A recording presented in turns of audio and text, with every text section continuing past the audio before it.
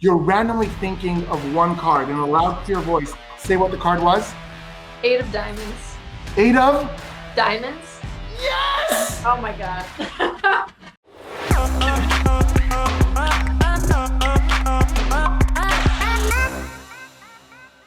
Nobody will ever figure this trick out.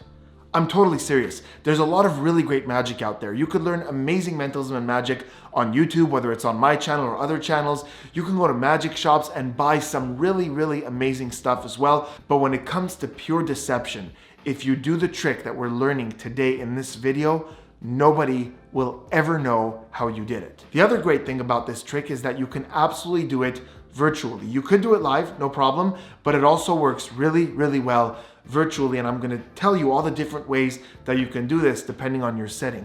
But the best thing about this trick is that it's technically really, really easy. I mean, technically you're not doing anything. There's no difficult technique. Where it gets a little more challenging is you have to be very good at presentation, because presentation is everything. Without any further ado, I want you to see a performance of this and be fooled by it yourself. So this week I did a live stream with a friend of mine, Anna Rose. She's an amazing hypnotist.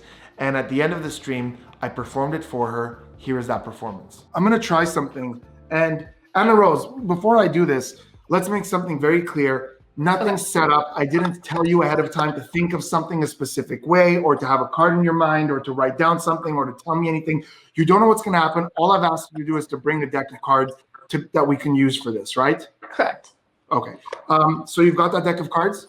Yes. Okay, grab the deck of cards, take it out of the deck, but hold the deck face down. That way nobody could see any of the cards. We can't see the faces, we can't see the backs. So hold it just like this, face down out of the box. Got it? Okay.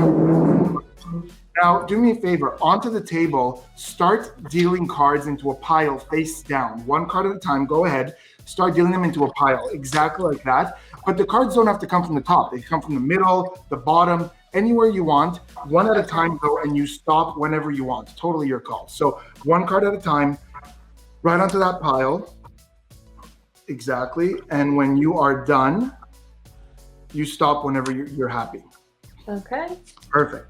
Okay, good. You sure you like that many? You don't want to add some more? I think I'm good. Okay. Because, I mean, here's the thing. Later on, you're going to be like, oh, man, I should have added more. Totally up to you, though. If you don't want to, it's okay. Are you influencing me? I'm not. It's totally up to you. You can stop right there if you want. I'll do one more. Whew, I was hoping to do that. Do you want to take it back because now you feel like I influenced you to do that? Ah, shut up. You want to stop there? I'll stop. Okay, put the cards that are in your hand away. We don't need them anymore. The ones that are in your hand, yeah, those are gone. Take the pile that you've dealt onto the table into your hands. Okay. Yep, take it all into your hands. And deal 2 piles like we're playing a card game. So 1, 1, 1, 1, 1 until you're done. And I'll turn away because I don't want anyone to think that I'm trying to see the cards from the camera angle. So just deal them into 2 piles until you're done. Back and forth, alternating. Okay. You've done that? Yep. Okay. Now, Anna Rose, can we agree that there's absolutely no way I could have possibly known how many cards you were going to take out, when you were going to stop, where those cards are going to come from? I cannot know anything about the cards that are in front of you, right? Right. Okay, I'm going to turn away again. I want you to look at the top card of either pile. Totally up to you. Don't do it yet. Wait till I turn away. And you're going to look at the top card of either pile, and you're going to set it back down. Okay? I'll turn away like this. Go ahead. Look at the top card of either pile. Okay. Remember it. Yep. Set it back where you got it. Yep. Put either pile over either other pile. Okay. And then put those cards away with the rest of the deck. Okay. Guys, if I can know her card right now, you guys would have to admit that that is insane. Because Anna Rose, even you didn't know which cards you were going to get. You randomly dealt some cards. The deck was shuffled by you, and you just randomly thought of a card, right? Yeah. Let's see. Okay, focus on your card. Imagine it like right at the front of your mind. Okay. Okay. I'm going to go with this. I'm going to go with this. Anna Rose, the odds of me getting this right are very low. This is basically a gut shot. It's just what I'm feeling. Okay? Okay. Oh, actually, no, wait. I just saw it. I'm wrong. I just got a flash. I just got a flash. Your card is black, right? No. Oh, really? Oh, this Okay. stresses me out. Then I got it. Then no, that's good news. It's good. For a second, I was doubting myself. I'm gonna stick to this. Okay. Oh, okay. I'm nervous. I don't know. It was your deck of cards. You never showed me any of the cards. You mixed the deck, took out some random cards. You picked a card at random. I had my back turned. There's no way I can know this. You're randomly thinking of one card in a loud, clear voice. Say what the card was. 8 of diamonds. 8 of Diamonds? yes. Oh my god. That was crazy. I would have to watch that tutorial later.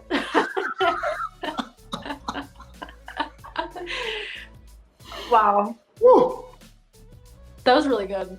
Thank you. Now we're gonna jump into the explanation where I'm gonna teach you step by step everything you need to know about this trick. But before we do that, do me a huge favor, guys. Hit that subscribe button, turn those notifications on for more amazing mentalism and magic content. Now, before we jump into the explanation, as you guys know, it's very important for me to give you the history of the tricks that I teach. And I always appreciate those of you who understand how important it is to know the history, because knowing where this came from and how it evolved really makes us much better at doing these tricks. So in the 50s, Al Leach released a trick called The Spectator Does a Trick. This was a beautiful piece where the spectator handles the cards, and at the end, there's an amazing payoff. This was later popularized and modified by Daryl, and he created a magical masterpiece that became a staple for a lot of magicians all over the world. I first learned it in a DVD called Easy to Master Card Miracles Volume 4. Guys, listen to me. This series by Michael Amar is insanely good. Every DVD, including this one, has 11 or 12 tricks that you could do with a normal deck of cards, relatively easy, but they're all insane. And Volume 4 is my favorite one. All the tricks on here are incredibly strong. It's also available in download format. So I will leave a link in the description to both where you can get the DVD and the download. Guys, listen to me. Listen, trust. Get this. Just trust me. As for me, a couple of weeks ago, I was doing a virtual show, and before every show, I do a sound check where I test a couple of audience members, their camera, their sound, just to make sure everything looks good. And in this particular show, I needed to do something with a deck of cards, but in their hands. It wasn't this trick, it was something else. And I said, hey, do me a favor, I just want to make sure everything looks good. Hold up the cards to the camera. I just want to see that the lighting is okay. And the person just went, yeah, sure. Does that look good? And it clicked in my head. I realized, wait a second, this just seems totally innocent. It seems like we're doing a sound check, but I can get some information about their deck of cards, and they will never realize that this has to do something with the trick. So for me, that was a flash of genius, and that's exactly the reason this fools everyone, because in the virtual space, and you don't have to do it this way, you can do the whole thing in one shot, but if you mask the secret as part of sort of like a sound check, then no one will realize. And even Anna Rose, who understands mentalism and magic, and she's in that world, even after we were done filming, she said, I had no idea that that part where you asked to see my deck of cards had anything to do with the trick. So right now, I'm gonna show you guys what happened before we went live. I was talking to Anna Rose, I was telling her what we're gonna do in the live. You're gonna see exactly what I said to her about the deck of cards. Okay, so Anna Rose, we're gonna go live in a few minutes. We're just gonna talk about hypnosis and stuff. But you know, I might wanna do a card trick at some point for the subscribers. So you have a deck of cards, you said, right? I do. Okay, grab that deck and take it, it's in a box, take it out of the box, mix it up. That way, there's no conceivable way I could possibly have manipulated the order or anything like that. Now I wanna make sure everything looks good on camera. So do me a favor, hold up the deck like this, so that I could see the bottom card to the camera exactly, and then hold it in your left hand like this. So yeah, and then start showing me the cards like this. I really want to make sure it's very clear. Yeah, keep going, keep going, keep going. Okay, yeah, the lighting looks really good. So keep it there. When we're doing anything with the cards, you want to either keep it there or on the table. Does that make sense? Okay. Okay, perfect. So yeah, you keep it in the order that it is now. Put it in the box. We don't need it. We don't need it right now. And then during the stream, when I ask you for a deck, just grab that deck. Does that make sense? Okay. Sounds good. Wonderful. So as you noticed, that phase just looked like I was asking her to see her cards just to make sure it looks good, and that's exactly how you're gonna do it. You could come up with any excuse. Oh, I just wanted to see if the jokers were in there. I wanted to see if your focus is good, if your lighting is good. They're just showing you the deck of cards. But in reality, you need to remember one very important thing. You need to remember the top 2 cards, which is why, and this is where your presentational skills come in handy, you're gonna have them take the deck out, hold it up like this in their left hand. You say, hold it up to the lens and start showing me all the cards one by one like this. And when Anna Rose did it, this is exactly what I saw. She had a 7 of clubs and an 8 of diamonds at the top. And you notice how casual it is. She's showing me the cards. I'm going, yeah, okay, that looks good. And then, you can see something like, turn on the lights a little. That looks great. Perfect. Now do me a favor, put that deck away, put it aside. Don't touch it. We're going to use it later. It's important to say that because you don't want them to start messing around with it and switch that order. Those 2 cards need to remain at the top. Of course, it won't be these 2.